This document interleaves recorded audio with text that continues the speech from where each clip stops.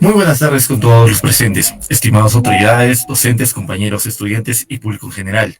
Sean todos bienvenidos al 11º Seminario de Estudiantes en Criminología, organizado por los estudiantes del sexto semestre del Grupo A de la Escuela Profesional de Derecho de la Universidad Nacional del Altiplano de Puno, bajo la asesoría del abogado Michel Espinosa Coila. El presente seminario tiene como objetivo difundir los resultados de las investigaciones formativas sobre el fenómeno delictivo, cuales como el sicariato, la extorsión y la violencia familiar, abordados desde un enfoque criminológico. Muy buenas tardes con todos los presentes. Agradecemos su asistencia y les recordamos que la certificación será gratuita previa verificación de asistencia. A continuación, tengo el agrado de presentar a nuestro decano de la Facultad de Ciencias Jurídicas y Políticas, el doctor Sergio Valerio Cerruto Barriga, quien nos brindará las palabras de apertura. Adelante, doctor Cerruto. Gracias.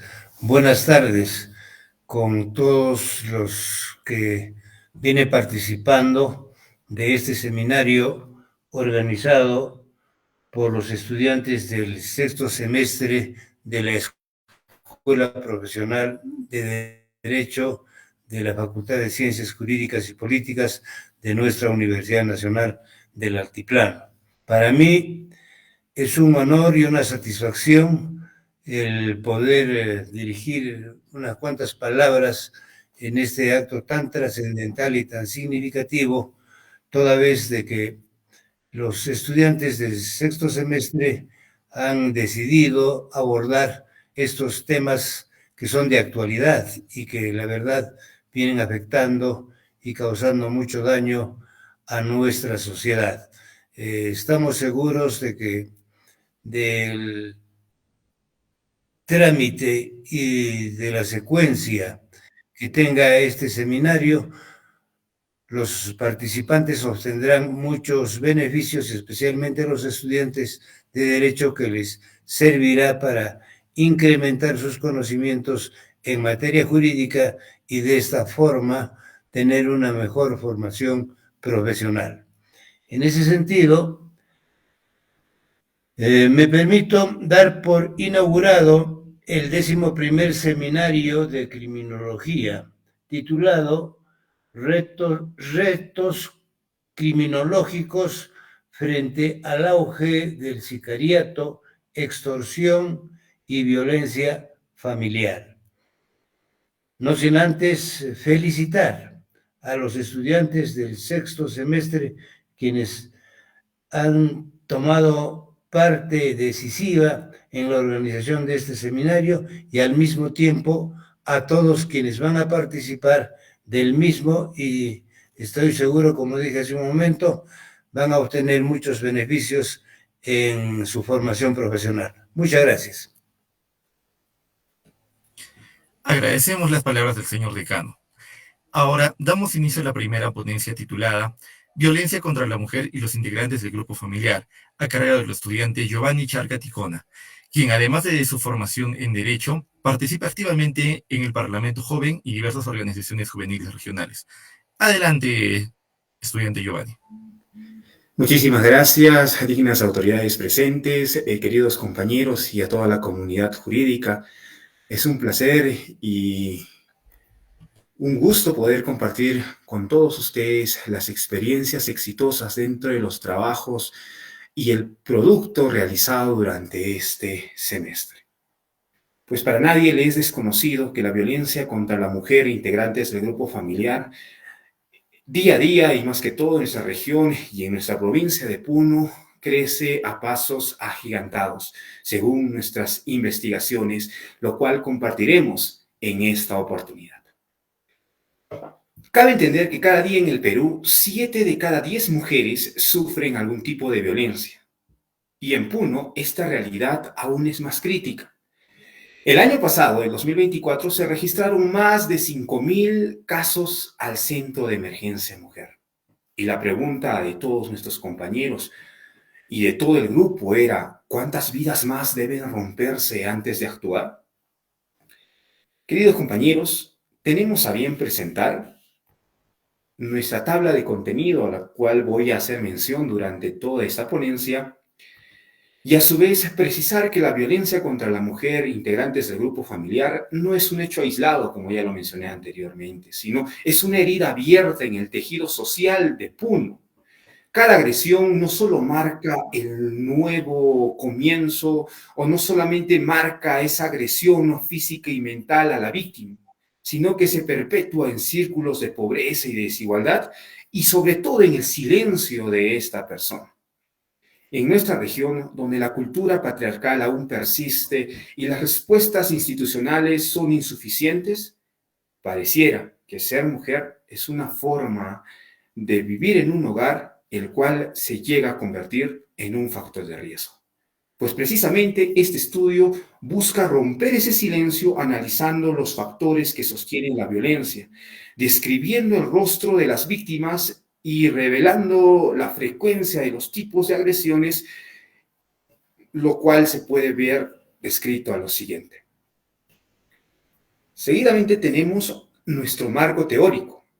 Y para comprender esta problemática partimos del concepto de la Organización Mundial de la Salud que el 2021 realizó una definición clara a violencia contra la mujer, precisando que es todo acto de violencia basado en el género que cause daño físico, sexual o psicológico. Pues en nuestro país, gracias a la Ley 3364, amplía este enfoque, incluyendo la violencia dentro del grupo familiar. La teoría de la victimización a la cual nosotros vamos a precisar distingue 3 niveles especiales. El nivel del daño directo, cuál es el primario, el nivel secundario, cuál es la revictimización institucional, y el último, el terciario, la estigmatización social. Pues reconocemos 4 tipos de violencia en este trabajo, los cuales son precisamente el psicológico, el físico, el sexual y el económico. Pues finalmente los factores asociados son psicológicos, biológicos, económicos y sociales, siendo el patriarcado un elemento central en este marco al cual venimos realizando. Cabe precisar que tenemos la comparación del análisis territorial. Al analizar datos desde el 2024, encontramos que que en nuestra provincia de Puno y en toda la región de Puno, se registraron más de 5.995 casos de violencia contra la mujer integrantes del grupo familiar, lo que se presenta en el 2.48% del total nacional. Esta proporción ubica a Puno por debajo de los departamentos como Lima Metropolitana, que concentra 33.09%, Arequipa con un 7.21% y Cusco con 5.10%. A primera vista podríamos pensar que la ineficacia en Puno es menor, pero sin embargo, más de 5.000 casos no son una cifra pequeña. Y si vamos precisamente, estamos cerca de los 6.000, con la cifra de 5.995 casos. Cada número representa una vida marcada por violencia, un hogar fracturado. Y todos ustedes se preguntarán, ¿Por qué estas diferencias entre las regiones? Pues las causas pueden ser diversas, dinámicas sociales o distintas, niveles de denuncia, brechas culturales y capacidad institucional para registrar todos estos casos. Tenemos también, luego de haber comparado a nivel nacional, tenemos a Puno en el 2024 como departamento de Puno, se registró 8.017 casos de violencia contra la mujer integrantes del grupo familiar. Este dato no solo confirma la magnitud del problema, sino que revela diferencias marcadas entre todas las provincias. La situación es más grave y concentrada en la provincia de San Román, que acumula 2.267 casos, equivalente a 28.27% del total departamental, superando incluso a la capital de la provincia de Puno. Estos patrones muestran que la violencia no se distingue de manera uniforme, lo que exige estrategias diferenciadas y localizadas para cada territorio.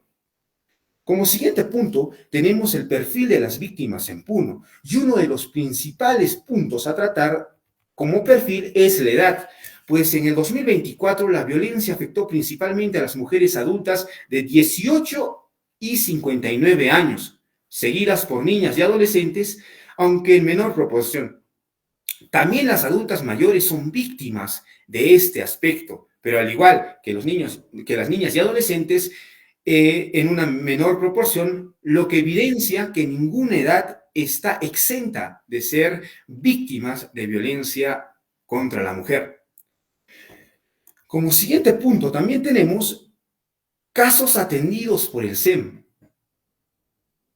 La mayor concentración se encuentra en mujeres de 30 a 59 años de edad, con 2.407 casos, y en grupo de 18 a 29 años con 1.045 casos.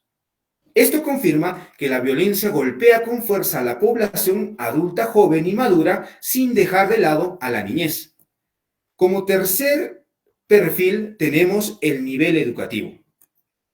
La violencia afecta con mayor intensidad a mujeres con educación primaria, con un 57%. Y a mujeres con nivel secundario con un 55%.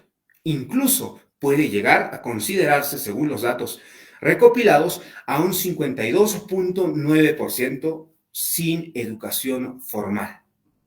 Esto muestra que el menor nivel educativo tiene mayor vulnerabilidad en todo nuestro contexto de nuestra provincia de Puno. Tenemos también lo que es la relación con el agresor. Más del 50% de los casos corresponde a la violencia de pareja íntima, ejercida por cónyuges, parejas o exparejas, lo que dificulta la denuncia por barreras emocionales, económicas o sociales. Como también tenemos un punto muy importante, los ingresos y empleos y acceso a servicios, lo cual nos lleva esta información a indicar que la mayoría de las víctimas tienen ingresos iguales o inferiores al salario mínimo, y muchas son amas de casa o estudiantes que refuerzan su dependencia económica. Como siguiente punto también tenemos al empleo. En cuanto al empleo, cabe precisar que 37 víctimas, solo 13 brindaron información. De ellas, 3 son amas de casa, 2 independientes, 2 comerciantes, 2 estudiantes, 2 obreras, una empleada pública y una peluquera. En el panorama se evidencia una baja inserción laboral formal a la dependencia económica, conforme a la encuesta realizada por nuestro equipo. A su vez, tenemos el perfil de víctimas según los ingresos. Todas las víctimas declararon percibir montos iguales o inferiores al salario mínimo. Además, 5 no tienen ingresos propios por dedicarse a tareas del hogar o al estudio como tal. Solo una víctima alcanza el salario mínimo, mientras que el resto se sitúa de 800 a 1.100 soles. Y esto refuerza la vulnerabilidad económica. Como siguiente perfil que el grupo ha podido abocar es el acceso a servicios. Pues respecto al acceso de servicios básicos, la mayoría cuenta con agua y desagüe y electricidad, dado que residen en la ciudad de Puno, donde la cobertura de estos servicios es prácticamente total. Estos hallazgos nos permitieron comprender la vulnerabilidad desde la perspectiva integral, la edad, la educación, la dependencia económica y los vínculos afectivos. Todos ellos factores que perpetúan el riesgo a sufrir violencia. Como siguiente punto importante es el lugar, la temporalidad y la modalidad de la agresión. Y es algo que a todos nos debe de llegar a importar, pues los lugares comunes de ocurrencia son el hogar y espacio público. En cuanto al lugar de ocurrencia, el hogar concentra el 70.7% de los casos de violencia contra la mujer. Y esto es alarmante, porque el espacio donde debería de ser el espacio más seguro se convierte en la principal o el principal eje o el lugar escenario de agresión. Y esto evidencia que los agresores suelen pertenecer a un entorno cercano a la víctima, ya sea su esposo, su pareja o su conviviente. Lo que dificulta la denuncia muchas veces de la mujer es por el miedo, la dependencia económica o la presión familiar. Como siguiente también tenemos a los horarios y temporadas con mayor incidencia. Y como para todos ustedes, por mera suposición puede llegar y el equipo llega a aclararles a todos ustedes que al analizar la incidencia por meses, los picos más altos se registran en los meses de octubre, noviembre y diciembre, siendo noviembre el mes con mayor nivel. Esta tendencia coincide con festividades, periodos de vacaciones, donde se incrementan factores de riesgos como el consumo de alcohol o la convivencia prolongada. También tenemos los horarios y temporadas con mayor incidencia. El análisis anual se observa que el 2020 fue uno de los picos más altos, el cual en estos últimos años ha podido registrar gran cantidad de violencia, con 5.676 casos, debido al confinamiento por la pandemia que todos hemos vivido en ese entonces, ¿no? Lo cual intensificó una convivencia y con ello la violencia también no se hizo ajena a todo ello. Aunque las cifras bajaron los años siguientes, siguen siendo mayores que el 2019, lo que indica que el problema persiste a niveles más altos o va con esa tendencia cada año que pasa. Tenemos también lo que son denuncias por agresiones familiares.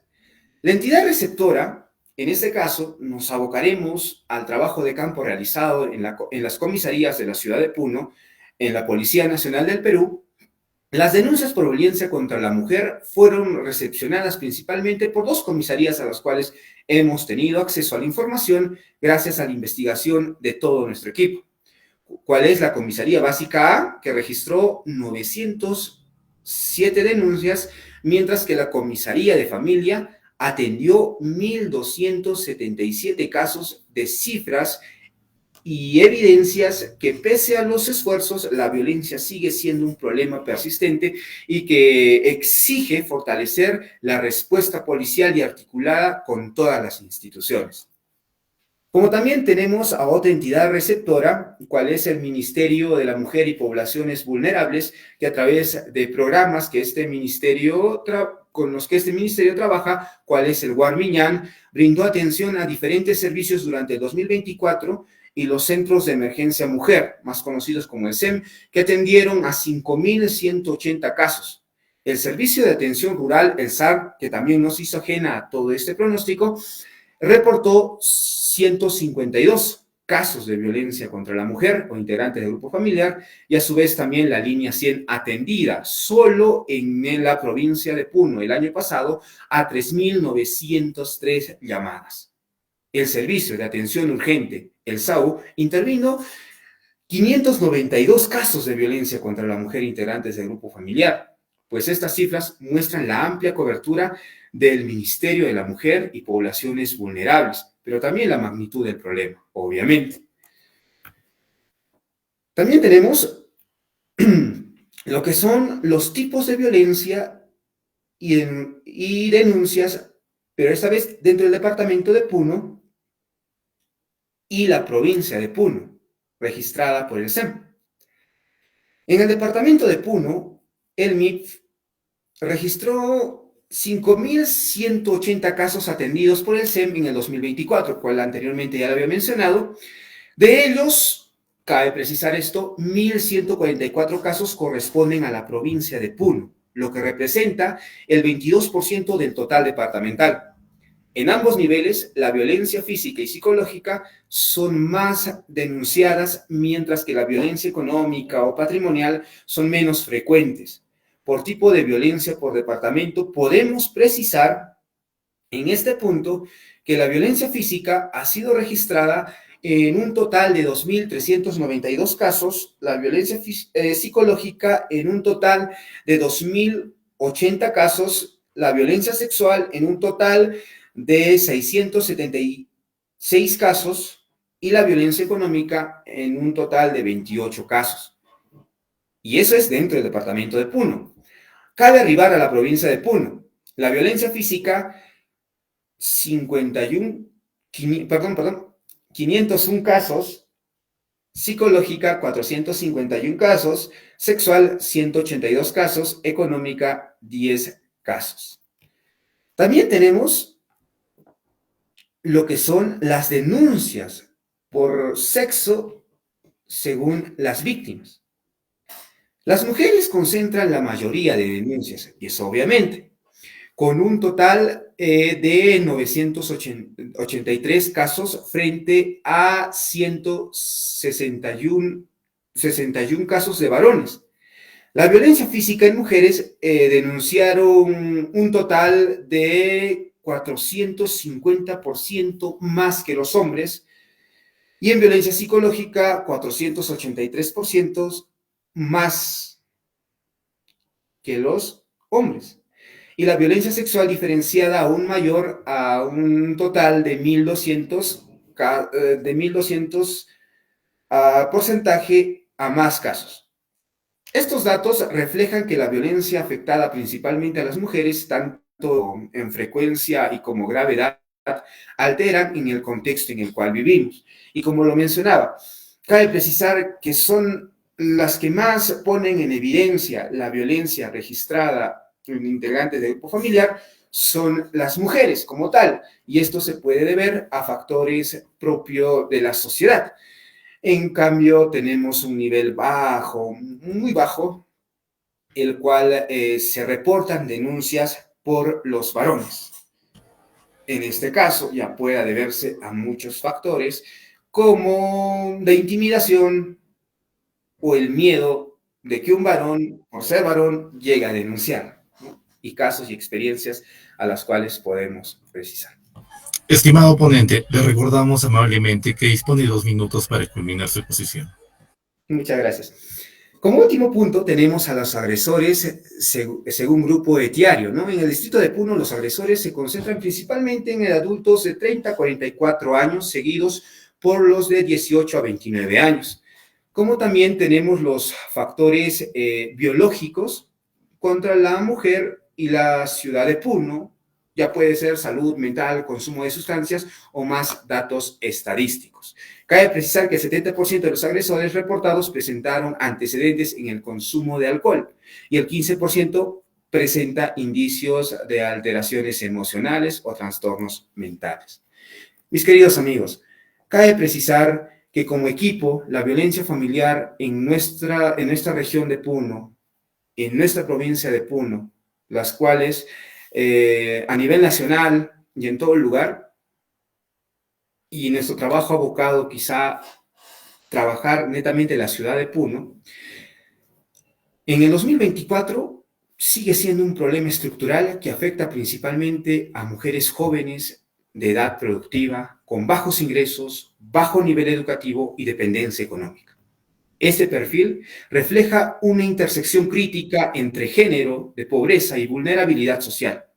Las formas de violencia más frecuentes son físicas y psicológicas, seguidas por las sexuales, lo cual evidencia un patrón reiterado que se normaliza en el entorno familiar y en el contexto en el cual vivimos.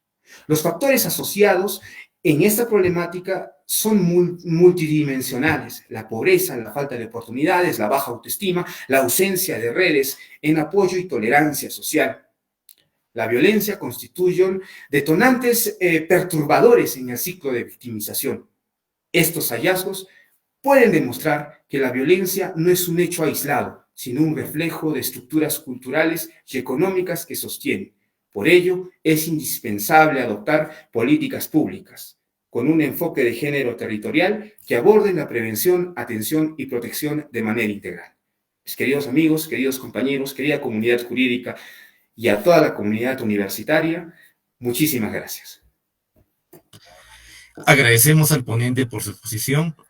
Abrimos ahora un breve espacio para una ronda de preguntas. Les pedimos que indiquen su nombre y realicen su pregunta de forma breve y clara, a través del Facebook o a través también del Meet.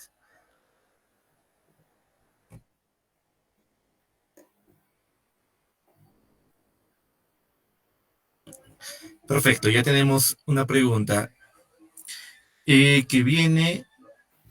A ver, permíteme, por favor. Esto es directamente del Meet.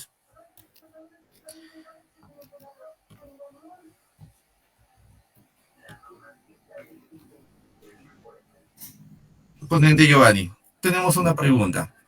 La pregunta es, la concentración de la violencia en el hogar y las implicaciones en la protección legal.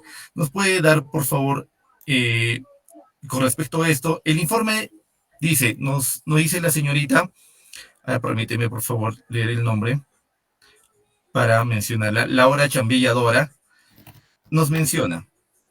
El informe señala que el hogar de la víctima es el lugar donde ocurre la mayor parte de los casos de violencia familiar y contra la mujer en Puno. Aproximadamente nos dice el 70,7% de las agresiones.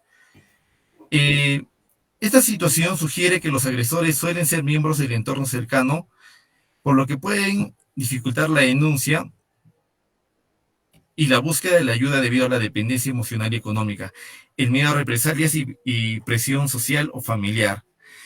Desde una perspectiva jurídica, ¿cómo influye esta prevalencia en la violencia doméstica en la eficacia de las medidas de protección y qué desafíos particulares presenta para la labor de los operadores de justicia? Muy bien. Cabe precisar un punto muy importante en todo lo mencionado y lo trabajado por nuestros compañeros, y asegurar que dentro del empoderamiento económico... A ver, ¿me escuchan, verdad? Me comentan Sí, se le escucha. Ya, muy bien. Muy bien, como les decía, cabe precisar que dentro de nuestro trabajo realizado por todo nuestro grupo y todo nuestro equipo, podemos avisorar que todos nosotros tenemos la esencia neta de poder responder a todo lo que concierne a victimización, ¿no? Y al analizar la incidencia de todos estos trabajos que nosotros realizamos, podemos aterrizar y llegar al punto que la violencia contra las mujeres y el grupo familiar no es un hecho aislado como tal, sino es, como ya lo mencionaba, ¿no? Es abierta al tejido social de toda nuestra región de Puno. Y cada agresión no solo se marca estrechamente en el cuerpo y la mente de la víctima, sino se perpetúa en círculos de pobreza y desigualdad y en el silencio. Y en una región donde la cultura patriarcal aún persiste y las respuestas institucionales son insuficientes, pues podría considerarse que por ser mujer, formar parte de un hogar podría convertirse netamente en un factor de riesgo como tal. Queridos compañeros, esa sería la respuesta a todos.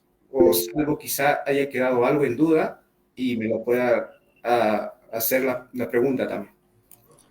Muchas gracias, Giovanni. Tenemos otra pregunta de señorita Karen Lucana. Si desea, pues su micrófono, por favor. Muchas gracias.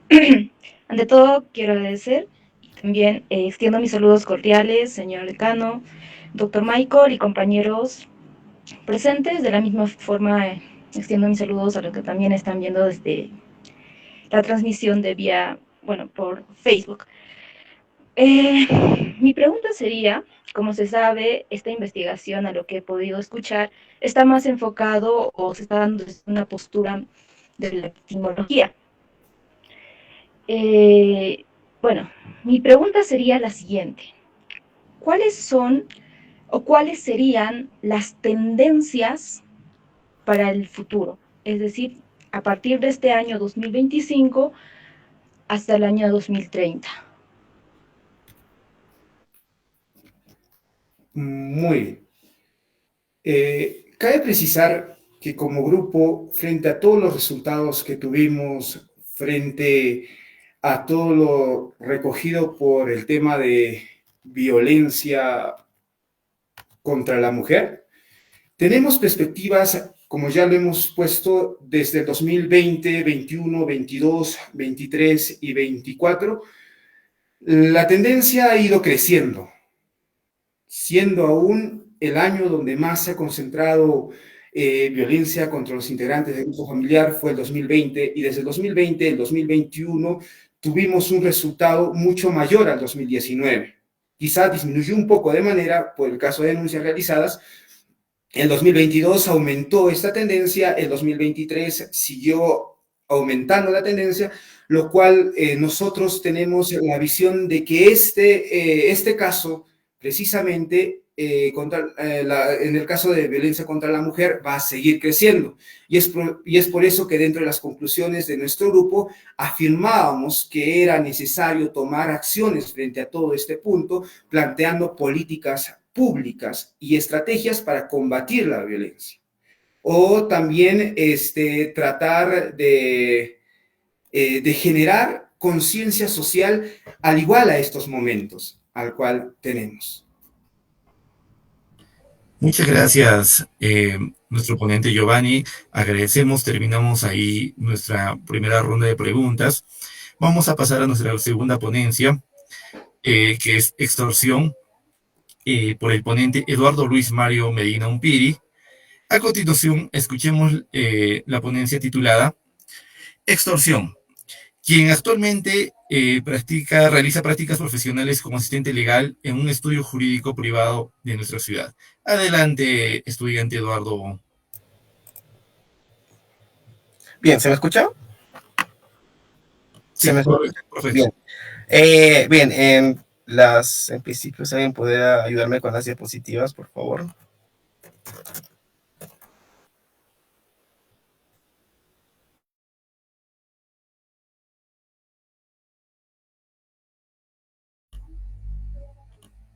Mientras solucionamos problemas técnicos con las diapositivas, hacerles recuerdo de que para la certificación tienen que estar todos desde el inicio hasta el final.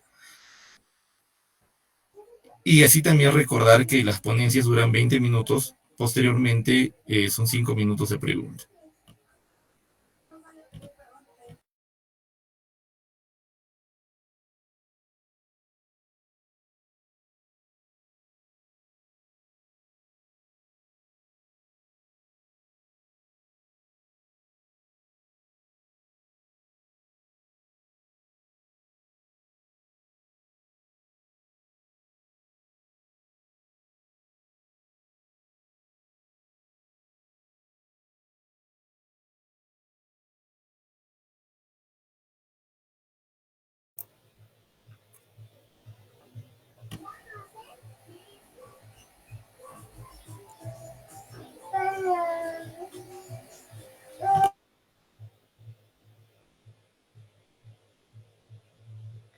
Bien, ahora que se notan las diapositivas, permítame introducirme.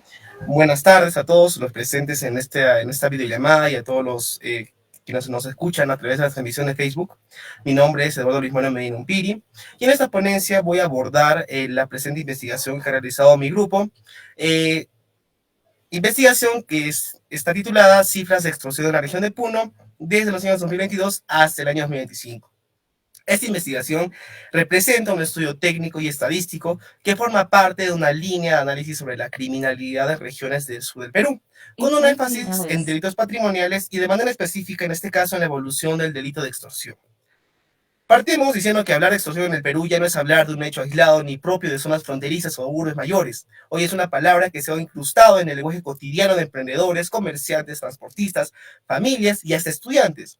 Es un delito que, por su lógica de amenaza, silencio y sometimiento, se ha instalado en la economía popular con una velocidad alarmante. Lo más grave es que, a diferencia de otros delitos violentos, la extorsión no necesita presencia física para causar daño. Basta un mensaje, una llamada, una imagen compartida para que una persona reorganice su vida alrededor del miedo. En ese contexto, la investigación que se ha hecho se propuso mirar con detenimiento qué está ocurriendo en una región que hasta hace no mucho era considerada ajena a estas dinámicas. Puno, una región históricamente organizada en redes comunitarias, con una cultura de resistencia y una ciudadanía activa, pero que hoy comienza a mostrar signos de que el delito se ha adelantado a la respuesta del Estado. No solo se trata de conocer cuántas denuncias se presentan, sino de analizar quiénes son las víctimas, cómo operan los agresores, qué obstáculos se enfrentan las instituciones y qué percepción real tienen los propios agentes del orden sobre este fenómeno. Por ello, lo que van a escuchar a continuación no es solamente un informe técnico, es una lectura crítica de un fenómeno que se está consolidando y que, si no se atiende a tiempo, podría instalarse de manera irreversible. Esta ponencia, vamos a decirlo, es una forma de advertirlo. Vamos a iniciar la investigación con la fundamentación metodológica, el diseño metodológico que se ha empleado. Esta fue concebida como un estudio tipo cuantitativo, orientado a la recolección, sistematización y análisis estadístico de datos empíricos relacionados al delito de extorsión en nuestra región de Puno. Desde el enfoque longitudinal se ha analizado la evolución de este fenómeno delictivo durante el periodo comprendido entre los años 2022 hasta el 2025, permitiendo observar su comportamiento a lo largo del tiempo. Como instrumento principal se han utilizado matices de datos construidas a partir de fuentes estadísticas oficiales, incluyendo registros policiales de la DIVINCRE de Puno, los reportes del Ministerio Público y datos complementarios de organismos como el INEI, el MININTER y la plataforma DataCrim, que es parte del INEI. Además, se ha empleado un cuestionario cerrado con escala de Likert al personal policial con el fin de explorar su percepción sobre la evolución de este delito, las limitaciones operativas y la respuesta institucional sobre este delito. Ahora, la pregunta que ha guiado esta investigación ha sido ¿cómo ha evolucionado el delito de extorsión en la región de Puno entre 2022 y 2025 y cuáles son los factores asociados a su incidencia? A partir de ello se han fijado los siguientes objetivos. Como objetivo general se ha planteado analizar la evolución del delito de extorsión en la región de Puno entre 2022 y 2025, así como los factores asociados a su incidencia y distribución según el perfil de las víctimas, la edad, la ocupación y su ubicación geográfica. Ahora, como objetivos específicos tenemos, primero, determinar la tasa anual de denuncias por extorsión en Puno entre 2022 y 2025, describir el perfil etario y ocupacional de las víctimas en el mismo periodo, identificar los sectores económicos que son más vulnerables a este delito, analizar la distribución geográfica de la extorsión por provincias, evaluar desde una perspectiva policial las dificultades institucionales que existen y la magnitud del subregistro sobre este delito. Y por último, tenemos explorar las limitaciones en los canales de denuncia y la posible influencia de factores sociales y económicos. Bien, partimos ahora a un análisis doctrinario, normativo y jurisprudencial de lo que es el delito de extorsión. Bien sabemos que el delito de extorsión se encuentra tipificado en el artículo 200 del Código Penal, que establece que será sancionado con una pena privativa de libertad no menor de 10 ni mayor de 15, quien mediante violencia o amenaza obliga a una persona o institución a entregar al agente o a un tercero una ventaja económica indebida o de cualquier otra índole. Esta figura penal ha sido también ampliada mediante la ley número 32.183, que incorporó la modalidad de los préstamos extorsivos, coloquialmente llamado como los gota a gota. O también tenemos que se ha modificado a través del decreto legislativo número 1611, que ha extendido la figura delictiva de la extorsión a nuevos escenarios como la toma de locales, la obstaculización de servicios públicos o el bloqueo de carreteras con fines extorsivos, imponiendo penas de entre 5 a 10 años de prisión. ¿Ok? Ahora, a efectos de no dilar el tiempo, vamos a dar una definición mucho más clara que ha brindado la jurisprudencia en el recurso de nulidad número 724/2014 de Lima, que ha definido el delito de extorsión como lo siguiente, ¿no? El delito de extorsión es un tipo penal complejo y pluriofensivo, pues lesiona tanto el patrimonio como la libertad y eventualmente la integridad corporal de la persona. De suerte que estos dos últimos bienes jurídicos son un medio para atacar el patrimonio de la persona, que el fin pretendido por el agente es el lucro y el anuncio de un daño inminente de quien finalmente depende el cumplimiento de lo exigido. Es el medio a través del cual se obliga o exige a la víctima la realización de un acto de disposición patrimonial. Habiendo concluido con este análisis de lo que es la extorsión, el delito de extorsión en nuestro ordenamiento, vamos ahora al análisis estadístico, partiendo entonces con esta tabla que se va a presentar sobre los delitos contra el patrimonio de los años 2011 a 2023, extraído del sistema Datacrim, que no solamente documenta la evolución nacional de los delitos contra el patrimonio entre este periodo de tiempo, sino que también permite focalizar el análisis en la región de Puno, cuyo comportamiento refleja tanto las dinámicas generales como ciertas particularidades locales. En el año 2011, Puno registró un total de 2.579 casos de delitos patrimoniales, cifra que en consonancia con la tendencia nacional aumenta progresivamente hasta alcanzar 5.035 casos en 2019. Durante estos primeros 8 años, la incidencia en Puno casi se duplica, pues hay un incremento de aproximado del 95%, lo cual ya indicaba una expansión significativa de los factores que favorecen la acción delictiva. Mayor movilidad urbana, crecimiento de la informalidad y vacíos en la presencia policial en zonas periurbanas. Cuando en el 2020 el país experimenta una caída drástica de los patrimoniales a 178.180 denuncias, Puno también disminuye a 3.228 sus denuncias, evidenciando obviamente el impacto directo de las restricciones de la movilidad y de la paralización propias de la pandemia de la COVID-19. Sin embargo, en el rebote de la pospandemia es igualmente pronunciado en Puno, al igual que en el ámbito nacional. En el año 2021, la región acelera hasta 2.754 casos, una recuperación casi inmediata, aunque con un valor levemente inferior a 2019. Luego, en el 2022 y 2023, Puno alcanza un total de 5.868 y 6.261 casos respectivamente, superando con creces los niveles prepandemia y marcando su récord histórico. Ese retorno y posterior superior de cifras anteriores ilustran que las redes delictivas locales no solamente han reanudado sus operaciones, sino que las intensificaron, probablemente aprovechando la desprotección temporal de locales y emprendimientos informales que no habían superado aún sus protocolos de seguridad. De manera similar a lo ocurrido a nivel nacional, donde los patrimoniales trepan de 178.080 en 2020 a 385.924 en 2022. La región de Puno, entonces, podemos decir que entra en una fase de recriminalización forzada. Comparativamente, mientras que la incidencia nacional crece más de un 176% desde 2020 hasta 2022, Puno experimenta un aumento del 82% en el mismo lapso. Pues como se ha mencionado, hay un avance de 3.000 denuncias a casi 6.000 denuncias en tan solamente 2 años. Si bien la magnitud del repunte es menor en términos porcentuales, la factografía numérica revela que Puno se encuentra entre las regiones cuya alza pospandémica fue más sostenida, consolidando patrones de victimización recurrentes. En ese sentido, para los operadores del derecho penal y para la gestión de seguridad local, estos datos exigen un replanteamiento de la distribución de los recursos. No basta con reforzar la presencia policial en la ciudad capital, sino que es imprescindible extender la cobertura a distritos periféricos y a rutas de ingreso que facilitan el ingreso de estos infractores a las regiones que se van a ver afectadas por este delito de extorsión. Ahora, entrando más a lo que es la región, entramos a 2 tablas. La tabla de denuncias de delitos contra el patrimonio en la región de Puno de los 2023 a los 2025, extraída del informe de la DIVINCRE Puno, y tenemos la tabla también de denuncias de delitos contra el patrimonio en la región de Puno de los 2023 a los 2025 del MININTER. Tomadas en conjunto, estas 2 tablas dibujan un cuadro complementario y a la vez profundamente discrepante de la realidad de la extorsión en la región de Puno.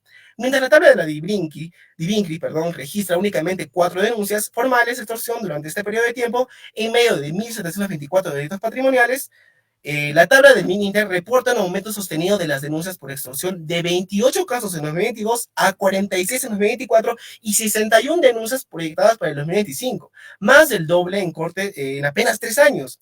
Esta divergencia obviamente no puede explicarse solamente por periodos de corte o jurisdicciones distintas, obedece fundamentalmente a la tipología del crimen de extorsión, que es un delito de la alta subdeclaración por miedo a represalias, estigma social y una desconfianza en la capacidad protectora del Estado. De hecho, estas 4 denuncias de la DIVINCRE coinciden con casos muy específicos, probablemente de alto perfil mediático o con víctimas con suficiente respaldo institucional para atreverse a denunciar, mientras que los 28, 46 y 61 denuncias del MININTER proceden de un muestreo más amplio que incluye avisos a través de comisarías móviles y canales alternativos a la recepción de denuncias. ¿Ok? Cuando desglosamos los datos por provincia en la tabla del MININTER, observamos que las más golpeadas son San Román y la provincia de Puno, que concentran la mayoría de los reportes. Así, San Román pasa de 9 denuncias en 2022 a 12 en 2025 y la provincia de Puno pasa de 2 a 20 en este mismo lapso, un aumento del 900%. El Collao también sube de 5 a 8 denuncias, mientras provincias como Moho, Azángaro y Lampa apenas alcanzan cifras aisladas. Esta geografía delictiva obedece a la densidad de flujos comerciales, a la presencia de rutas de transporte interprovincial y al arraigo de actividades informales que facilitan el cobro de cupos. Las pocas denuncias de la DIVINCRIM en este periodo 2023-2025 evidencian que la policía recaba únicamente los datos más graves o aquellos en los que la víctima cuenta con suficientes garantías de protección. En contraste, las cifras del MinInter, más creíbles sobre la extorsión real del delito, demuestran que la extorsión se ha consolidado como una práctica expandida y estructural, cuya verdadera magnitud no solamente aflora cuando se diversifican los canales de denuncia. Ahora, para revertir esta brecha entre lo oficial y lo real, consideramos que Puno requiere fortalecer los mecanismos de recepción anónima, establecer unidades especializadas en delitos de coacción, implementar comisarías móviles en provincias de alta incidencia y además, y muy importante, lanzar campañas de confianza ciudadana que garanticen la protección efectiva a las víctimas. Solamente así, entonces, las estadísticas dejarán de subestimar la extorsión y se podrá diseñar una respuesta penal y social a la altura del desafío que representa la extensión de este delito. Pasando de este análisis estadístico de la extorsión, pasamos ahora al análisis victimológico de las víctimas, obviamente, pero esta vez por edades. Bien, el estudio de la edad de las víctimas de la extorsión en Puno entre el periodo 2022 a 2025 permite construir una lectura profunda sobre el perfil de quienes sufren este delito, revelando no solamente patrones demográficos, sino también indicios de cómo estos extorsionadores tienen una selección deliberada. En el año 2022, según la tabla que se está presentando, se reportaron 20 casos de víctimas, todas comprendidas entre los 19 años a los 50 años. La concentración se dio en el grupo de 45 a 50 años, que representó el 40% de los afectados. Esta franja, obviamente, etaria, corresponde a adultos en etapa productiva, propietarios de pequeños negocios, comerciantes establecidos o responsables de actividades visibles en la comunidad. Este dato, desde una perspectiva penal, evidencia una forma de criminalidad que actúa estratégicamente, eligiendo blancos con capacidad de pago, con cierto grado de visibilidad económica y probablemente sin suficiente cobertura institucional o apoyo policial. En el 2023, la muestra aumentó a 45 víctimas, como se puede estar observando, con una edad media de 36 años y una desviación estándar de 10. Los rasgos con mayor concentración fueron las edades de 34 a 39, representando el 20%, y de 44 a 49, representando el 25%. Aquí se observa un ligero desplazamiento hacia adultos jóvenes, lo que puede estar vinculado al auge de nuevos emprendimientos post-pandemia, especialmente en sectores como transporte informal, comercio ambulatorio o servicios personales. Esta tendencia indica que las redes extorsivas no solamente persisten, sino que se adaptan al nuevo perfil de la víctima, quien está menos institucionalizada, más visible digitalmente, pero igual de desprotegida. Para el año 2024, según el gráfico que se está presentando, la edad de las víctimas desciende aún más. El 34% de los casos se ubica entre la edad de 19 a 26 años. Este dato no debe ser subestimado. Significa que los extorsionadores han comenzado a enfocarse en jóvenes trabajadores o microempresarios que probablemente son nuevos en las actividades económicas, carecen de experiencia en manejo de amenazas y tienen menor acceso a canales de instituciones que los puedan proteger. No se trata solamente de juventud biológica, sino de vulnerabilidad estructural. En el año 2025, con 29 víctimas reportadas en la tabla que se está mostrando, se reafirma esta evolución. La edad promedio es de 31 años con picos en los rangos de 35 a 39, que son el 20%, y 39 a 43 años, que son el 22%. Esto confirma que el fenómeno afecta transversalmente a adultos jóvenes y maduros, lo que exige respuestas jurídicas diferenciadas, asesoría legal para jóvenes emprendedores, canales de denuncia digital y campañas de sensibilización en mercados y ferias y presencia institucional en zonas comerciales. El análisis etario de las víctimas de extorsión en Puno entre los 2022 y los 2025 revela una verdad inquietante. Este delito no actúa al azar. Los extorsionadores eligen a sus blancos con precisión, desplazándose progresivamente hacia sectores más jóvenes, más expuestos y menos protegidos. La criminalidad organizada no solamente persiste, sino que se adapta al nuevo rostro de la economía local, jóvenes emprendedores, trabajadores visibles y negocios en resguardo institucional. Esta tendencia exige una respuesta igual de estratégica por parte del Estado. No basta con sancionar, es necesario prevenir dónde el delito ya ha aprendido a instalarse. Ahora, vamos a analizar el análisis victimológico de las víctimas, pero por su ocupación, ¿ok? El estudio de las ocupaciones de las víctimas de extorsión en Puno entre 2022 y 2025 confirma que este delito no ataca al azar. Por el contrario, la selección de las víctimas obedece a criterios racionales, económicos y de oportunidad por parte de los agresores. En el año 2022, según el gráfico que se puede observar, las víctimas se concentraron en tres sectores principales: trabajadores de licorerías, ferreterías y restaurantes turísticos. Estas tres actividades tienen en común el manejo constante de efectivo, la alta exposición pública de sus propietarios o trabajadores y una ubicación comercialmente visible. El delito de extorsión, por tanto, opera con una lógica empresarial, maximiza el rendimiento, minimizando el riesgo.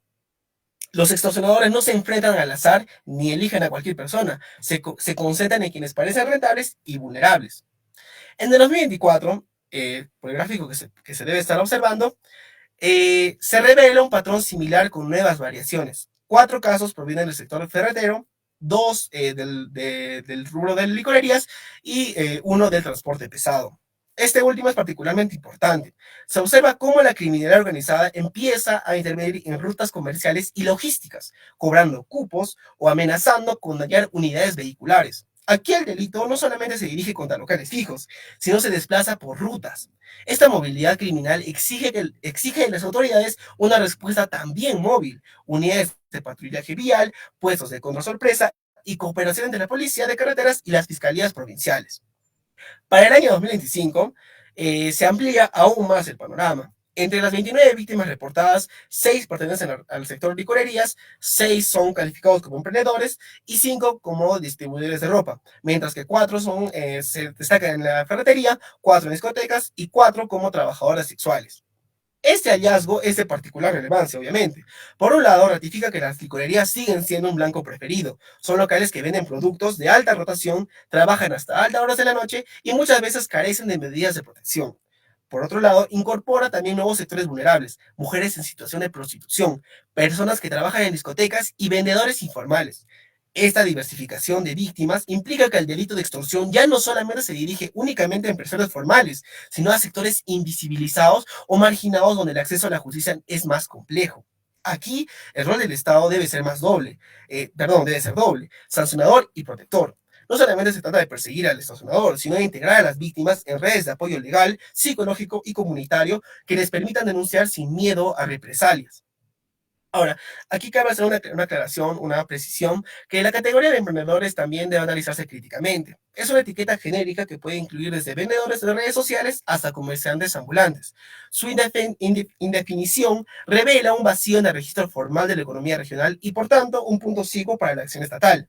Una política criminal íntegra debe mapear estos sectores, dotarlos de mecanismos de denuncia anónima y articularlos con en conjunto con las municipalidades distritales para ofrecer incentivos a la formación que incluyan la promesa de protección legal frente a extorsiones y amenazas. Solamente así se podrá reducir el riesgo de que estos sectores sigan siendo el blanco preferido de una criminalidad que, como se demuestra en los datos, no se detiene ante ningún giro económico. Estimado ponente, le recordamos amablemente que dispone de 2 minutos para culminar su exposición. Ya, bien, gracias. Entonces pasaremos directamente a las conclusiones y a las recomendaciones que se han llegado.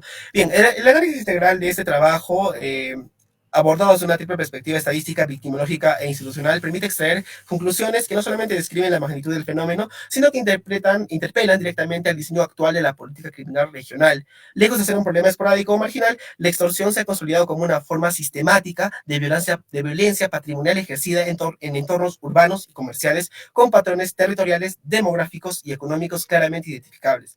Desde el plano estadístico, se advierte una tendencia creciente en las denuncias registradas con especial concentración en las provincias de San Román y Puno. Este incremento no puede atribuirse simplemente a mejoras en el registro, sino a la expansión efectiva de redes extorsivas que aprovechan los vacíos de la protección estatal, la informalidad económica y la falta de mecanismos eficaces de prevención. El análisis por edades y ocupaciones demuestra que las víctimas no son elegidas al azar. Los agresores seleccionan estratégicamente a las personas en la etapa de consolidación económica, jóvenes emprendedores, comerciantes en sectores de alto flujo efectivo que tienen algo que perder, pero carecen de garantías reales de resguardo institucional. Esa selección victimológica es racional, económica y funcional al delito. Se extorsiona a quien puede pagar y quien tiene miedo de hablar. Ahora, como palabras finales, puedo decirles que como responsable de esta exposición considero indispensable concluir no solamente con esta recapitulación técnica, sino con una reflexión personal derivada del proceso de análisis. Este conjunto de evidencias no se limita a cifras ni a distribuciones estadísticas. Es el retrato de una transformación profunda en el ecosistema delictivo de la región de Puno, quien históricamente, como repito, ha sido percibida como un territorio relativamente ajeno a las dinámicas delictivas que azotaban a otras regiones del país. Hoy exhibe entonces señales claras de que la extorsión ha dejado de ser un fenómeno lejano, esporádico o importado para instalarse como un patrón operativo cada vez más estructurado y transversal. Y finalmente, para finalizar, agradecer a los compañeros que se aprecian en la pantalla, quienes me han ayudado con la elaboración del informe, de la recopilación de estadísticas, y sobre todo a la compañera Karen David Lucanacayo, quien ha sido mi mano derecha en la elaboración de este trabajo y que sin su ayuda no hubiera sido posible. Muchas gracias. Gracias por la exposición. Ahora procederemos a una breve ronda de preguntas dirigidas al ponente. Les recuerdo que ser concretos con las intervenciones pueden ser a través de nuestro Facebook, la transmisión directa, a través del chat o también a través del Meet. Tenemos ya una pregunta. La pregunta es: sin acceso a datos específicos, ¿cómo los extorsionadores podrían recopilar información sobre posibles víctimas en Puno para identificar quiénes son más susceptibles y sus amenazas y demandas? Esta pregunta va por parte de Noemí Lozano. Por favor, señor ponente. Disculpa, ¿podría repetir la pregunta? No la entendí muy bien la última parte. Claro, por supuesto. Sin acceso a datos específicos, ¿cómo los extorsionadores podrían recopilar información sobre posibles víctimas en Puno para identificar quiénes son más susceptibles a sus amenazas y demandas? Bien sabemos que Puno es una ciudad pequeña. Aquí podríamos decir que básicamente todos nos conocemos. Muy aparte de ello, existen a la actualidad sistemas o mecanismos digitales que permiten acceder a la esfera privada de la persona, o hasta incluso mecanismos públicos que permiten acceder a qué propiedades o qué actividades realiza una persona económicamente, ¿verdad? A través de estas sistemas o páginas web, es que el extorsionador sabe qué persona tiene más patrimonio, más bienes, quién realiza determinadas actividades laborales y quién es más fácil de extorsionar y quién tiene, como mencioné, quién tiene la facilidad de pagar. Esa sería mi respuesta, gracias. Perfecto, muchas gracias. Si hay otra pregunta, por favor, tenemos todavía para una pregunta. Claro, a ver, tenemos la mano levantada de luz, Cintia Muyisaca. Por favor, adelante. Buenas noches. Mi pregunta es, ¿qué tipo de política criminal preventiva con un enfoque de derechos humanos, criminología, debería impulsar el Estado para proteger a estos sectores vulnerables? ¿Y cómo podría esto distinguirse de una mera estrategia represiva? Adelante, señor ponente. Disculpe, mi conexión está un poco inestable. No, la pregunta se escuchó muy entrecortada, igual que la anterior. Señorita Luz, por favor, si nos puede repetir la pregunta. Claro, vuelvo a repetir la pregunta. ¿Qué tipo de política criminal preventiva con un enfoque de derechos humanos y criminología debería impulsar el Estado para proteger a estos sectores vulnerables? ¿Y cómo podría eso distinguirse de una mera estrategia represiva? Considero que la política criminal con enfoque de derechos humanos que debería emplear el Estado peruano para poder prevenir la expansión de ese delito de extorsión sea una política criminal preventiva y de última ratio, que busque que la privación de la libertad sea la excepción y no la norma. Esto orientado en el sentido de que del Estado debería prevenir la actuación de estos infractores o estos extorsionadores, ¿verdad? Brindando, como mencioné, asesoría a los futuros emprendedores, a los actuales emprendedores, a los emprendedores ya consolidados, pero más aún con un enfoque a aquellos que están iniciándose, ¿no? Sería una política que prevenga a estos emprendedores y que además busque fortalecer su confianza en el sistema del ordenamiento jurídico, busque fortalecer su confianza en la política, en el Poder Judicial, en el Ministerio Público. Muchas gracias, señor Eduardo. Con eso culminamos la segunda ronda de preguntas. Procedemos a pasar con nuestra siguiente ponencia. Cerrando nuestro ciclo de ponencia, damos la bienvenida al estudiante Alejandro Carlos Escarcena Arnés, quien disertará sobre el tema sicariato. Él combina su formación en Derecho y Contabilidad con experiencia en el sector empresarial, lo que otorga una visión integral para los fenómenos criminales. Adelante, señor Alejandro. Buenas noches. Mientras vamos ingresando con las diapositivas para esta ponencia, vamos a comenzar a hablar, ¿no?, de lo que vendría a ser realmente el sicariato. Este es es un delito bastante nuevo, ¿no?, como todos sabemos, y estamos próximamente, recién, el 27 de julio de este año, a los 10 años de que este delito se haya incorporado dentro del Código Penal peruano. Asimismo, queremos mencionar de que este proyecto ha sido más que... estamos en la parte final de este seminario por el mismo hecho de que el sicariato es la representación de la forma más extrema de la violencia y una forma muy específica que nos muestra nuestra propia realidad para la expansión del crimen organizado. Este se ha ido elevando dramáticamente en los últimos años, debido a la confluencia con otros delitos, como mi compañero antecesor había mencionado, la extorsión, es muy confluyente con este. Asimismo, esta investigación que hemos realizado con mi grupo de compañeros nos va a permitir identificar factores comunes y divergentes entre Puno y el Callao, haciendo una comparación y una comprensión para diseñar estrategias de prevención, al ser Puno una zona en la cual a la fecha todavía no se tiene un dato alarmante de estadísticas en este sentido. Como objetivos de esta investigación hemos buscado, ¿no?, comparar las manifestaciones del sicariato en el Callao y el Puno, analizando sus características operativas, las causas y el contexto territorial para identificar los patrones comunes y divergentes que orienten estas acciones preventivas, algo que nos hemos ayudado bastante con información tanto de docentes, algunas personas que se nos presentaron, asimismo con la Policía Nacional del Perú, que nos ha brindado información con la cual podamos ahondar en ese tema. Bueno, este es nuestro índice de contenido que vamos a realizar. Primeramente, que nos gustaría hablar acerca de los orígenes, ¿no? Bueno, de manera breve, esto comienza, ¿no?, es muy antiguo, desde Palestina, del hombre de la daga, por eso es sicariato, y en el derecho romano, ¿no?, la lex Cornelia de sicares et beneficis, en la cual se penalizaba a los asesinos por encargo y a los envenenadores por la crueldad de sus métodos y amenaza al orden público. Sin embargo, en el Perú, en el año 1863, en nuestro Código Penal, se contemplaba lo que era el homicidio por el precio, pero todavía no como una figura autónoma. Es recién en el año 2015 que se incorpora en el artículo 108, literal C de nuestro Código Penal, que se diferencia del homicidio simple y del homicidio agravado. Esa norma nos va a acompañar desde esa fecha hasta la actualidad. Hay un problema muy grave con esto. En la tipificación penal se nos define como el homicidio cometido a cambio de una retribución económica o por otros intereses.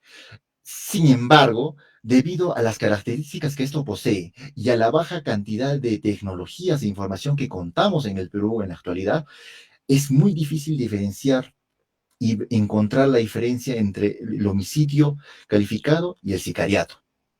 Es un problema muy grave en los cuales muchas veces actúa de una manera contraproducente contra el mismo Estado peruano. Asimismo, es diferente, ¿no? La pena del sicariato va a llegar hasta los 35 años de prisión y si se agrava en caso de que se involucre a menores de edad, al crimen organizado o en caso de reincidencias. Según los datos oficiales en el Callao, es una zona particularmente agresiva. ¿Esto por qué?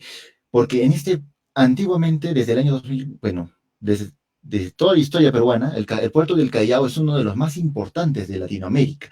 Y es por ese motivo que debido a la llegada de comercio y asimismo el tráfico clandestino, de lo que vendría a ser el narcotráfico, es que genera una zona de alta peligrosidad y que ha generado un problema demasiado grave para combatir la criminalidad dentro del mismo, en la cual se ha observado prácticamente una guerra informal entre las mismas bandas criminales del Callao y los extranjeros que han estado llegando en los últimos años. ¿Esto por qué? Nos dice que así, pese que es un delito que se observa y que podemos observar en las noticias cada día, no se reporta de manera regular. ¿Por qué? La desconfianza en las autoridades, el miedo a represalias, sobre todo. el medio de represalias es algo que involucra demasiado, como vamos a ver más adelante en algunos testimonios que hemos recabado en algunas zonas más conflictivas en el departamento de Puno, que esto es un problema muy grave que se mantiene, ¿no? El miedo de que si alguien o una familiar de aquella persona que ha sido victimada va a denunciar, ellos pueden ser los siguientes. Y lamentablemente es un miedo que se ha establecido dentro de las propias personas al estar en un estado de completo abandono por parte del Estado. Asimismo, se encuentran, ¿no?, estrategias de ocultamiento del crimen. Como se había mencionado, muchas veces se deja no como homicidio, no como sicariato, sino como homicidio calificado, y que debido al tiempo de investigación y a lo complejo, demora, como nos había mencionado algunos fiscales en la ciudad de Puno, de 2 a 5 años, con el problema de que en un momento las personas pierden la esperanza de que el sistema legal peruano pueda apoyarlos de una manera más eficaz. Asimismo, un análisis comparado entre las víctimas se da que en su mayor parte han sido peruanos, que estos hasta el año 2019, por ejemplo, había 364 hechos, de los cuales peruanos eran 314, venezolanos 31, colombianos 3 y nos indica 16. Estos datos han sido obtenidos de parte de la base de datos del INEI, en el cual nos muestra, ¿no?, el hecho de que los peruanos son las personas más afectadas por el delito de sicariato, al ser ellos los que producen lo que vendría a ser el motor económico del Perú, y que debido a esto, sobre todo, es lo que se relaciona directamente con el patrón del crimen. En Puno se entrevistó a un funcionario del Ministerio Público, el cual nos menciona de que se ha dado varios reportes de sicariato en la ciudad de Juliaca. Es la ciudad donde más se ahonda en este problema. ¿Y esto por qué? Es que debido a que todas las denuncias ocurridas en la zona norte de Puno se juntan o se tiene información en la ciudad de Juliaca, mientras que de la zona sur se realiza en Puno.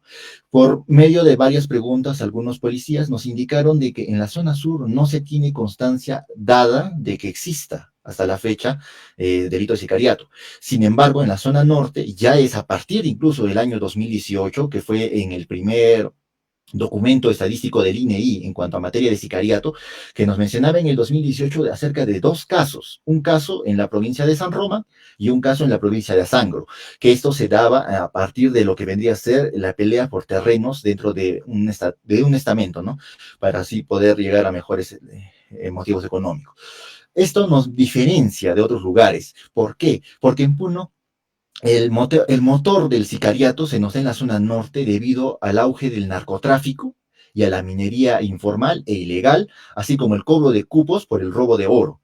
Este es un motivo muy grave, y es por eso que la mayoría de casos que nos da esto se da en lo que vendría a ser la ciudad más alta de Puno, ¿no?, el centro poblado de Lunar de Oro, Rinconada, en la cual se menciona de que solamente se tienen de 2 a 3 policías, y estos no pueden hacer absolutamente nada para frenar esto, ¿no? Son más que documentar cada hecho, que cada noche, mencionaban algunos que habían sido trasladados desde la Rinconada hacia la ciudad de Juliaca o otros lugares, que se escuchan balaceras por los cerros, ¿no? Y que no se sabe a ciencia cierta de cuántas personas realmente han estado o mueren en esta zona, ¿no?, al ser una cifra negra. El modo operativo es diferenciado. Nos menciona que en el Callao se utilizan las armas de fuego, pero también se pueden usar cuchillos u objetos punzocortantes. Esto, sobre todo, en lo que vendría a ser los jóvenes. Los jóvenes han tenido una gran incidencia en este hecho, ¿no?, de sicariato en el norte del Perú, más que todo en el Callao, que al ser menores de edad tienen una manera más fácil de poder acercarse a sus potenciales víctimas sin tener el miedo de que pueda haber una persona que te puede estar siguiendo. Mientras que en la ciudad de Puno se utilizan las armas de fuego. Estas armas de fuego nos han mencionado de que pueden ir desde las pistolas más simples hasta armas de mayor calibre, como pueden ser metralletas o fusiles de asalto, que existen en la zona norte de Puno, ¿no? Asimismo, nos mencionan una cantidad de disparos, se encuentra entre 1 y 30 disparos en el Callao. En Puno se encuentra entre 3 a 14 disparos, según las últimas revisiones que se ha dado. La distancia del ataque en el Callao es a corta distancia o a quemarropa, mientras que en Puno se da quemarropa dentro de vehículos o locales cerrados. Por lo general, se da en el momento de que los mineros informales se trasladan, ¿no? Desde la ciudad de Rinconada hasta la ciudad de Juliaca a hacer la venta del oro y son sorprendidos en el camino. Asimismo, el tipo de ataque se da siempre casi por emboscadas y se cierra al ocupante, ¿no? A fin de que éste no pueda escapar y es ultimado y revisado, ¿no? A fin de que no pueda sobrevivir. Como medio de transporte, por lo general se utilizan las motos. Las motos, al hecho de que son mucho más fáciles de poder escapar después de haber cometido el ilícito. Mientras que en el Callao existen dúos, grupos organizados o en solitario, en Puno también existen, ¿no? En dúo, en solitarios, pero en las últimas fechas se ha encontrado ya el incremento de lo que vendría a ser las bandas criminales que se han establecido en la ciudad de Puno debido al traslado de reos de alta peligrosidad de los penales del norte a lo que vendría a ser el centro de, bueno, el departamento de Puno. Los lugares generalmente son en lugares donde una persona está de lo más tranquila posible, como es en bares, discotecas, y, bueno, en la costa también puede ser centros comerciales o viviendas, y en los momentos del día, como siempre, es en la noche y en la madrugada, ¿no? Momentos en los cuales la persona no se puede defender del mismo hecho. Existe un subregistro de ruta y denuncia en Juliaca, porque es el índice más alto. Sin embargo, aquí queremos hacer una aclaración de que lamentablemente no se tiene la diferenciación completa entre homicidio calificado y sicariato. Se tiene una cantidad de denuncias, pero esta cantidad de denuncias no refleja realmente la cantidad de personas que han muerto víctima del sicariato en nuestra región. Esto debido a que se ha comprobado de que, bueno, como podemos ver, en el año 2019 había una tasa de denuncias de 5. En el año 2020, que era la época de la pandemia, comenzaron a bajar. Pero inmediatamente después de que comenzó en el año 2021, esto ha subido y se ha ido elevando demasiado, ¿no? Como podemos observar, en el año 2019 habían 5 casos, en el año 2025 hay 16. De los 16 casos a la fecha, debido a la alta complejidad del mismo, de la tipificación penal del delito de sicariato, todavía no se puede dar si es homicidio calificado o si es sicariato. El perfil de los sujetos activos nos menciona de que en su mayor parte vienen de una pobreza extrema, donde la miseria va a ser predominante. Y es por eso de que los jóvenes son los más vulnerables, porque son persuadidos para cometer este crimen, de hacer un trabajo y desaparecer. Lamentablemente, debido a la inexperiencia, muchos son capturados en el mismo momento en los cuales se realiza. Asimismo, por esto vamos a mostrar, ¿no? Los que vendrían a ser los elementos de sicariato, que sería el contratante, el intermediante, el sicario, ¿no? Y lamentablemente la víctima. Esto nos menciona de que es un hecho muy preocupante, que se ha mencionado bastante también en algunos miembros de lo que viene a ser la policía, de que si bien es cierto de que hay una gran incidencia de lo que vendrían a ser los menores de edad, se tiene un miedo a juntarlos todos dentro de los centros de detención juvenil, al hecho de que podrían estar formando escuelas del crimen, en los cuales pueden ser fácilmente capturados de nuevo por estas organizaciones criminales al ya tener nexos con lo que vendrían a ser las organizaciones criminales. Como sujetos activos, se nos menciona, ¿no? Que las edades de estos, bueno, en el Callao, por ejemplo, se capturó a un menor de edad de 14 años, 2016, 4 de 16 años y 7 de 17 años, con lo que podemos observar que están aprovechando el hecho de, por ser menores de edad, pueden tener penas mucho menores a lo que vendría a ser una persona adulta. Esto es un grave problema que afecta demasiado por el hecho de que el Perú lamentablemente tiene una alta tasa de pobreza y de desigualdad social, algo que se genera y que al momento de que a un joven le puedan ofrecer un monto que a su parecer pueda parecer elevado o que pueda ayudarlo a sobrellevar algunos problemas en su día a día, es muy posible que éste va a ingresar a lo que deberían ser las organizaciones criminales. La situación judicial de estos sujetos activos nos menciona de que solo el 2.63 de los más de 43.000 detenidos en flagrancia entre enero y marzo de 2025 por delitos de extorsión, sicariato y secuestro, solo ellos han sido condenados. El resto todavía sigue en un proceso demasiado largo y es algo que establece que las personas pierdan la fe en el aparato estatal.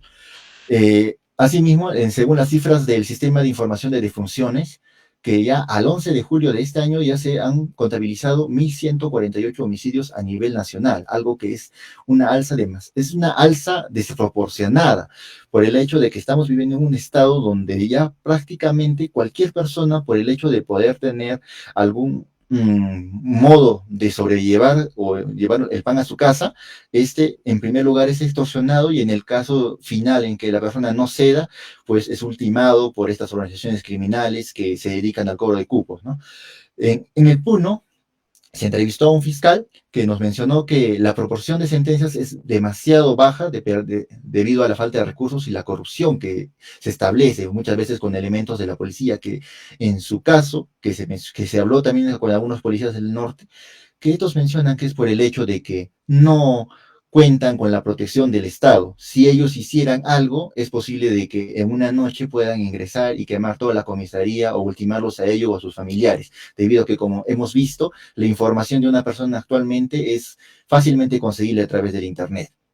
El tiempo por medio de estos procesos van a durar entre 2 a 5 años y que se recomienda, ¿no? Primero, capacitar a las fiscalías del crimen organizado y crear juzgados de fiscalías especializadas y también establecer, ¿no?, un sistema de protección para los testigos y denunciantes, algo que lamentablemente, debido al poco apoyo que se tiene en la actualidad, es muy improbable. Asimismo, se ha resultado la poca concurrencia en Puno, en la zona sur, pero de que puede comenzar a elevarse en un momento dado debido a la elevación también de lo que vendría a ser el delito de extorsión en la ciudad de Puno, como me mencionó mi compañero anterior. La población penitenciaria nos menciona de que hay una crisis estructural nacional. Como me mencioné en las noticias, ya muchos penales están sobrecopados, están al doble o al triple de su capacidad que deberían producirse.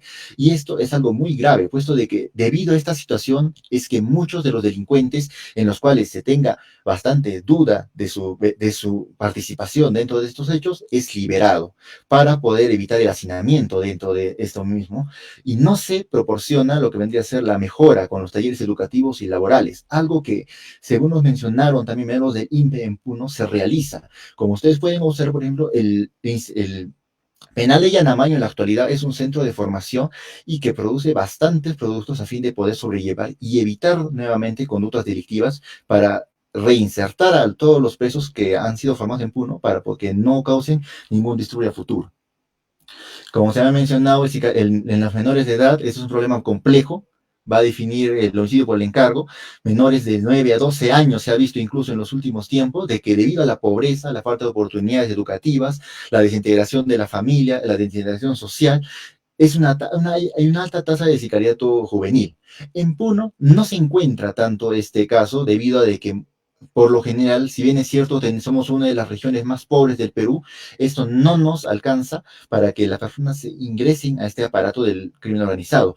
Sin embargo, en el norte, debido a la gran cantidad de lo que vendría a ser familias jóvenes que no tienen dinero, no cuentan, es donde más están ingresando a este aparato, ¿no? Si bien es cierto, muchos también se dedican al narcotráfico o a la extracción ilegal o informal de oro, otros también ingresan a lo que vendría a ser el hecho de poder establecer nexos con la delincuencia organizada. Estos sectores, los sectores afectados en el Callao vendrían a ser más que todo, ¿no? Todas las empresas, todos aquellos que producen algo de capital o de dinero son aquellos dados, sobre todo porque se relacionan con conflictos entre las bandas por el control territorial. Muchas veces también se ultiman entre miembros de bandas rivales por el territorio que disputan. En la región de Puno no se tiene todavía ese territorio, pero en Puno se da generalmente por lo que vendría a ser la minería, los pequeños comercios y los líderes finales, que estos se están comenzando, ¿no?, a hablar por el ajuste de cuentas, las disputas comerciales, así como la pelea por luchas territoriales, por el incremento de narcotráfico y por la minería informal. La distribución geográfica de este delito también nos menciona de que Puno es una de las más altas tasas de victimización, la más alta del país. ¿Esto por qué? Como se me ha mencionado, ante la minería ilegal, el contrabando y la trata de personas. Es algo que nos ha afectado directamente en la seguridad de cada persona y que deja un espacio abierto a que las personas tengan cada vez menos confianza en la justicia nacional, que es por algo de que, por ejemplo, en las zonas nortes de Puno se están dando lo que vendría a ser las rondas campesinas, ¿no?, que están actuando de una manera más específica al tratar de protegerse frente a este tipo de hechos. Como en los estudios de caso, más que todo aquí queríamos tratar acerca de algunas intervenciones que hemos tenido de un compañero que tenía conocidos en lo que vendría a ser la Rinconada y que se menciona, ¿no?, la realidad, ¿no? de por qué se realiza esto, por qué no denuncian. Nos mencionaba de que es por gusto denunciarlo, porque al ser una ciudad bastante pequeña, si alguien denunciaba el hecho, al día siguiente también vas a poder seguir tú. Los policías mencionaban de que no pueden hacerlo por la cantidad de gente, ¿no? En el año 2025 solo contaban con un pequeño puesto policial y 2 agentes que solamente tienen eso, ¿no? Una pistola reglamentaria y con el cual no pueden realizar una labor para poder intentar frenar este hecho, ¿no? Para concluir con nuestra investigación, más que todo, ¿no? Que el sicariato es un fenómeno muy alarmante.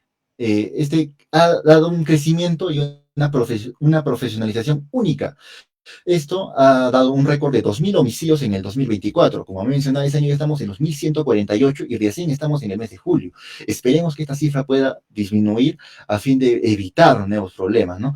Que es una expansión geográfica desde epicentros como el Callao y que estos van a trasladarse a zonas como Puno. Y no solamente Puno, por ejemplo, actualmente se tiene dado de que esto se está dando, por ejemplo, en el nuevo puerto de Chancay, al ser una zona de gran movimiento económico, se están realizando lo que vendría a ser las nuevas organizaciones criminales que van a poder trabajar de una manera como decirlo, paralela a lo que venía a ser el aparato estatal y que debido a la alta peligrosidad que tienen y al miedo que puedan surgir por las represalias que puedan causar, estos van a seguir operando.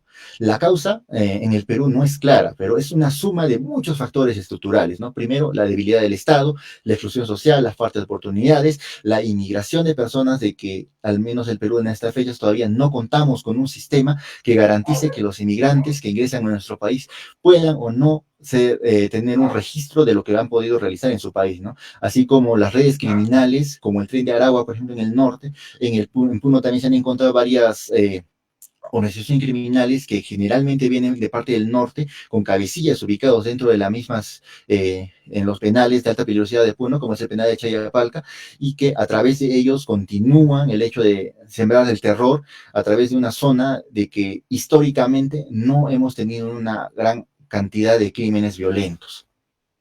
Como recomendaciones del grupo y como consideraciones frente a los fiscales, policías, docentes y otros miembros que nos han brindado información y asesoría dentro de la presente investigación, nos presentábamos, ¿no?, las recomendaciones primero de fortalecer las redes vecinales para el cuidado mutuo y utilizar canales colectivos y anónimos para denunciar la actividad criminal sin exponerse, así como una exigencia cívica, ¿no?, que las autoridades tenemos el derecho de demandar una mejora del servicio público para incrementar la seguridad, ¿no?, el alumbrado, la limpieza, así como el uso de las cámaras de videovigilancia, puesto de que estas van a permitir realizar una mejor investigación en lo que debe ser el delito, así como exigir rendiciones de cuentas de los presupuestos para la seguridad, así como una cultura de legalidad, de que promover activamente el rechazo a la economía ilegal y fomentar valores de integridad, porque como hemos visto ya en la Rinconada ya se ha normalizado el hecho de estar conviviendo día a día con el sicariato.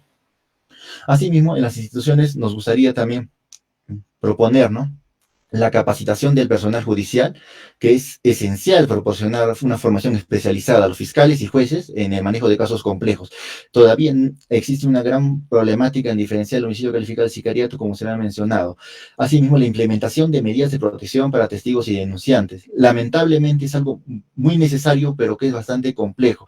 Como se ha mencionado, Puno es una ciudad bastante pequeña y es difícil de poder esconderse o desaparecer bajo otro tipo de identidad o de denunciar este hecho sin tener miedo a represalias. Bueno, eso sería, bueno, la culminación de nuestro informe de investigación acerca de lo que vendría a ser el delito de sicariato en el Callao y en Puno. Nuestro sería nuestro equipo de trabajo, agradeciendo a cada uno por el hecho de haber tomado el tiempo necesario para hacer una revisión, realizar las entrevistas, las consultas, buscar la manera de poder superar las diferentes dificultades que hubieron durante el presente informe, ¿no? Eso sería todo. Muchas gracias más bien por la atención, esperando sus preguntas. Muchas gracias por su exposición. Invitamos ahora a los asistentes a formular sus preguntas finales relacionadas con la temática abordada.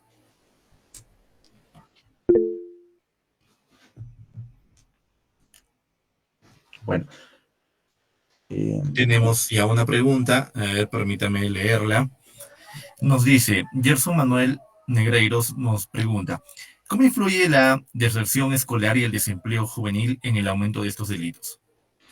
Lamentablemente, la deserción escolar y el desempleo juvenil es una de las causas que han agravado el hecho del uso de sicarios juveniles. Esto debido a la poca predisposición del Estado en el gasto en lo que vendría a ser la educación. Asimismo, con el último en las últimas modificatorias del Ministerio de Educación se cambió lo que vendría a ser la literalidad. Sin embargo, estos afectan directamente. Muchas veces el docente no ha malentendido su rol. En vez de proporcionar un asiento en el cual la persona pueda desarrollarse plenamente, es denigrado y muchas veces es por eso mismo que los estudiantes tienen una alta tasa de deserción escolar, ¿no? Y esto los afecta directamente, porque una persona que no ha terminado su secundaria completa es mucho más susceptible al abuso por parte de muchas personas que puedan contratarlos bajo sueldos irrisorios, cosa que no pasaría si hubieran terminado. El desempleo juvenil también es una alza. Como se había mencionado, la propagación después de la pandemia, de lo que vendría a ser el incremento de los emprendimientos, han demostrado la calidad y el espíritu peruano de sobresalir frente a la adversidad. Pero es un hecho que frente a la adversidad también siempre va a haber personas que van a intentar aprovecharse de este uso. Hay noticias y hay información, por ejemplo, de que en la ciudad de Trujillo, en las cajas municipales, al momento de solicitar un préstamo, se se toma como una garantía dentro del mismo, la tasa de riesgo del banco, de que éste pueda tener, que tener que pagar un cupo. O sea, a ese punto hemos llegado con el hecho de la criminalidad, ¿no?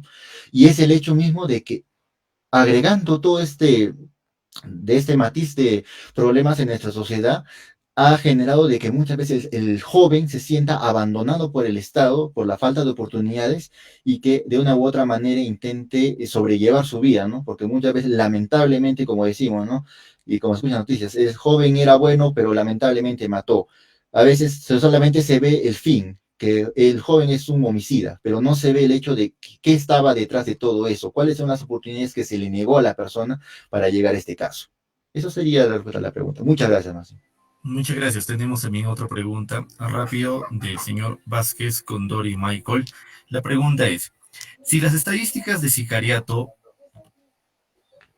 si las estadísticas de sicariato mostraran una concentración en ciertas regiones o sectores económicos, ¿qué conexión podría existir entre el sicariato y otras actividades criminales como la minería ilegal, el narcotráfico o la extorsión? Bueno, debido a existe una problemática muy grave, debido a que muchas veces, como se menciona, ¿no? El narcotráfico, la minería ilegal, no se tiene un registro dado del monto dinerario que puedan obtener, son presas o blancos fáciles del sicario a fin de obtener este monto, puesto de que es algo que no se va a poder comprobar. Esto generalmente se va a dar en la ciudad, bueno, como hemos visto, ¿no? Se conglomera demasiado en lo que vendría a ser la costa del Perú. Se ha observado este comportamiento criminal bastante elevado en lo que vendría a ser el Callao, en la ciudad de Lima y en la zona norte, ¿no? Creo que es el Piura, Trujillo. Esto, asimismo, está comenzando a disgregarse y está comenzando a llegar a las zonas sur del Perú. Podemos observar esto directamente que está relacionado con el matiz económico del Perú, debido a que las zonas que tienen una menor cantidad de producción económica son menos susceptibles a realizar este tipo de problemáticas. Eso sería todo. Muchas gracias. Listo. Muchas gracias, señor Alejandro. Listo. Estimadas autoridades, docentes, compañeros y público en general, a nombre del sexto semestre Grupo A de la Escuela Profesional de Derecho de la UNA Puno, agradecemos profundamente su participación y atención en este seminario.